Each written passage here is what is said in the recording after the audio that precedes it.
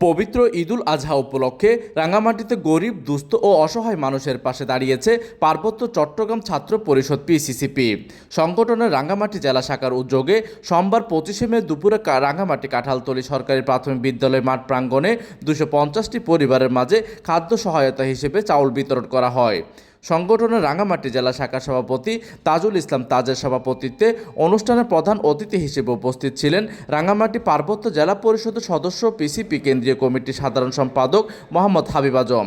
এতে বিশেষ অতিথি হিসেবে আরও উপস্থিত ছিলেন রাঙামাটি প্রেস ক্লাবের সভাপতি আনারুল হক, কাঁঠালতলী সরকারি প্রাথমিক বিদ্যালয়ের প্রধান শিক্ষক করিমুল্লাহ।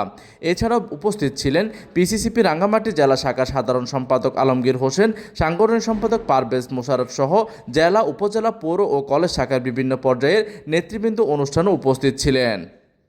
এইদিকে আলোচনা সভা শেষে উপস্থিত প্রধান অতিথি ও সংগঠনের নেতৃবৃন্দ 250টি উপকারভোগী পাহাড়ি বাঙালি পরিবারের হাতে চাউল তুলে দেন।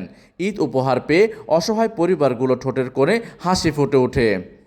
প্রতিনিধির তথ্য ও পাঠানো চিত্রে ডেস্ক নিউজ, দিগন্তের বার্তা 24, রাঙামাটি।